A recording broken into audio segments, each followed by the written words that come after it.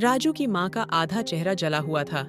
इसी कारण उसे अपनी माँ को अपने दोस्तों से मिलवाने और उसके साथ बाहर जाने में बड़ी शर्मिंदगी महसूस होती थी। कई बार जाने पर वह अपनी माँ से कोसों दूर चलता था, जिससे लोगों को यह न लगे कि यह औरत उसकी माँ है। एक दिन राजू स्कूल से घर आया। तू आ गया बेटा, चल हाथ मुंह धोकर खाना खा ले। और हाँ, वह तेरा क्लासमेट मुकेश है ना, उसके मम्मी पापा आए थे। ओहो, उन्होंने क्या कहा? कल शाम को मुकेश के जन्मदिन की पार्टी है, उसी में बुलाने को आए थे और ये निमंत्रण कार्ड भी देकर गए हैं। और तुमने ये कार्ड ले भी लिया?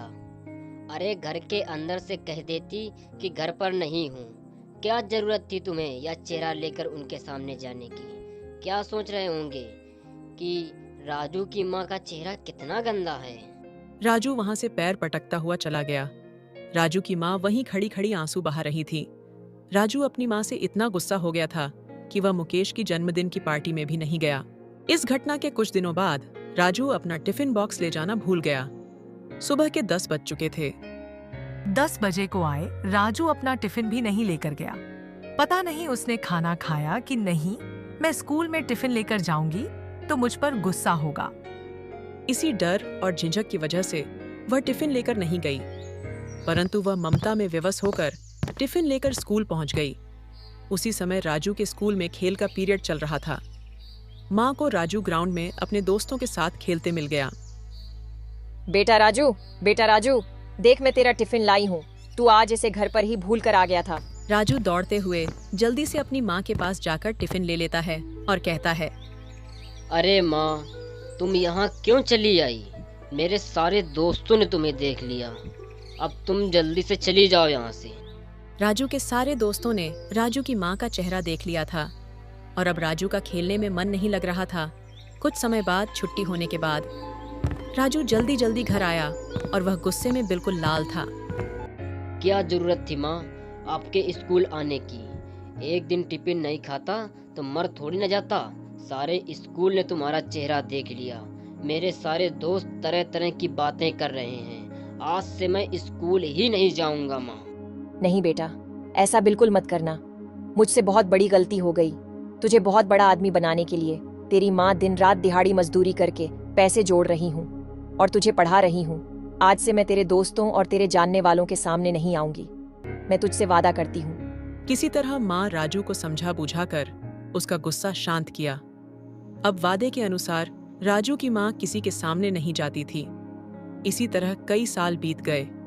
राजू बड़ा आदमी तो बन गया, पर उसकी समस्या वहीं की वहीं थी। उसके घर पर कभी ऑफिस के दोस्त तो कभी उसके बॉस पार्टी के लिए आया करते थे। उनकी नजर माँ पर ना पड़े, इसीलिए वह अपनी माँ को कमरे में बंद कर दिया करता था। बेचारी माँ कमरे में आंसू बहाती रहती थी। एक दिन गुस्से में आकर राजू ने फैसला कर लिया। देखो माँ, आए दिन मेरे दोस्त यहाँ आते रहते हैं। उनकी वजह से तुम्हें बंद कमरे में रहना पड़ता है। हर रोज की झंझट से बचने का यही एक उपाय है माँ, कि तुम गांव वापस चली जाओ। वहाँ हमारा घर तो है ही, तुम वहाँ वापस चली जाओ। मैं हर महीने खर्च भेज दिया करूँगा। उसका दिल राजू की बातें सुनकर अंदर ही अंदर जोरों से रो रहा था, मगर अपने होठों पर बनावटी हंसी लाकर वो बोली, ठीक है बेटा, तुम्हारी खुशी में ही मेरी खुशी है। तुम्हें बड़ा आदमी बनते देखना था तो देख लिया। तुम बस हंसी खुशी रहना। लेकिन उसने अपनी माँ को गांव के लिए रवाना कर दिया। कुछ महीनों के बाद राजू को गांव से एक चिट्ठी आई।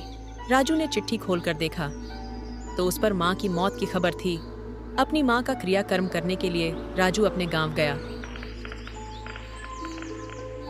राजू अपनी माँ के चिता के पास बैठा था, तभी गांव के एक व्यक्ति ने पीछे से आकर राजू के कंधे पर हाथ रखकर कहा, काकी बाड़ी ही नेक दिल की थी।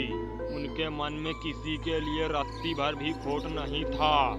मेरी माँ के गुजर जाने के बाद काकी ने ही मुझे माँ का प्यार दिया था।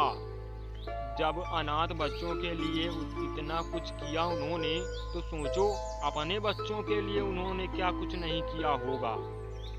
आप कहना क्या चाहते हैं?